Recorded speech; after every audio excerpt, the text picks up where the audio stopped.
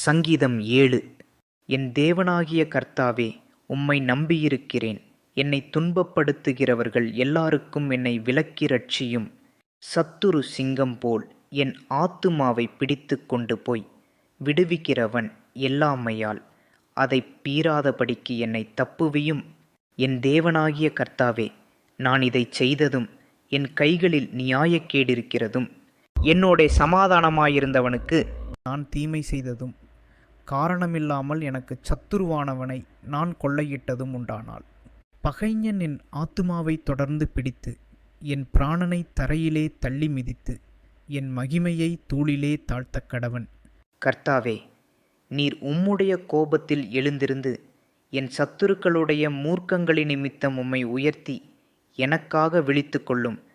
நியாயத்தீர்ப்பை நியமித்திருக்கிறீரே, ஜனக்கூட்டம் உம்மை சூழ்ந்து கொள்ளும். அவர்களுக்காக திரும்பவும் உன்னதத்திற்கு எழுந்தருளும். கர்த்தர் ஜனங்களுக்கு நியாயம் செய்வார். கர்த்தாவே, என் நீதியின்படியும் என்னிலுள்ள உண்மையின்படியும் எனக்கு நியாயஞ்செய்யும். துன்மார்க்கனுடைய பொல்லாங்கை ஒழிய பண்ணும். நீதிமானை ஸ்திரப்படுத்துவீராக. நீதியுள்ளவராயிருக்கிற தேவரீர் இருதயங்களையும் உள்ளந்திரியங்களையும் சோதித்தருகிறவர். செம்மையான இருதயமுள்ளவர்களை இரட்சிக்கிற தேவனிடத்தில் என் கேடகம் இருக்கிறது. தேவன் நீதியுள்ள நியாயாதிபதி. அவர் நாள்தோறும் பாவியின் மேல் சினங்கொள்ளுகிற தேவன்.